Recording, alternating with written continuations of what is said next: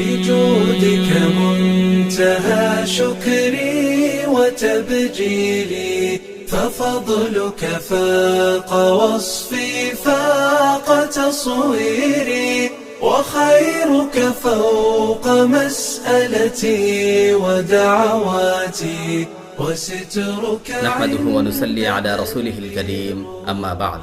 প্রিয় উপস্থিতি, আজকে আমরা ফজরের নামাজের উপকারিতা নিয়ে সামান্য কিছু কথা বলবো।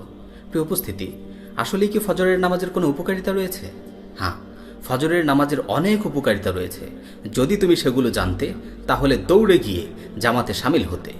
সহিহ মুসলিমে বর্ণিত হয়েছে, রাসূল সাল্লাল্লাহু আলাইহি ওয়াসাল্লাম বলেন, লাউ ইয়ালামুনা মা ফিল আতামাতি ওয়াস সুবহি লা আতাউহুমা ওয়ালাউ হাবওয়ান। যদি তারা জানতো যে ঈশা ও ফজরের নামাজে কি ফজিলত রয়েছে, তাহলে তারা হামাগুড়ি দিয়ে হলেও জামাতে এসে শামিল হতো। সহিহ মুসলিমের অপর এক বর্ণনায় এসেছে, রাসূল সাল্লাল্লাহু আলাইহি ওয়াসাল্লাম বলেন, মান সাল্লাস সুবহা ফাহুয়া ফি যিম্মাতিল্লাহ। যে ফজরের নামাজ আদায় করে সে সারাদিন আল্লাহর জিম্মায় থাকে, আল্লাহর নিরাপত্তায় থাকে। সুবহানাল্লাহ। প্রিয় ভাই, আল্লাহর নিরাপত্তার চেয়ে উত্তম নিরাপত্তা আর কি হতে পারে? আরেকটি মজার ব্যাপার হলো, ফজরের নামাজ তোমার জীবনকে বহুগুণ বাড়িয়ে দেয়। অর্থাৎ মনে করো তোমার জীবনটা হচ্ছে ৭৫ বছরের, ফজরের নামাজ পড়ার কারণে তোমার জীবনের পরিমাণ হয়ে যাবে ১০০ বছরের। তুমি আমাকে জিজ্ঞেস করতে পারো, এটা কিভাবে সম্ভব? হ্যাঁ, এটা অবশ্যই সম্ভব।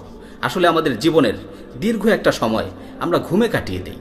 এই সময়গুলোতে ঘুমের কারণে আমরা কোনো ইবাদত করতে পারি না।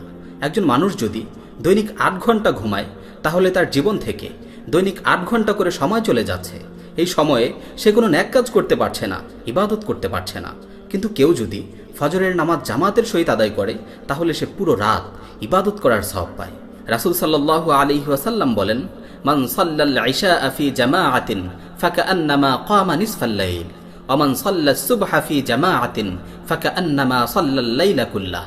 যে ব্যক্তি জামাতের সাথে ঈশার নামাজ আদায় করলো, কেমন যেন সে অর্ধরাত পর্যন্ত নামাজ আদায় করলো। আর যে ব্যক্তি ফজরের নামাজ জামাতের সাথে আদায় করলো, কেমন যেন সে পুরো রাত নামাজ আদায় করলো।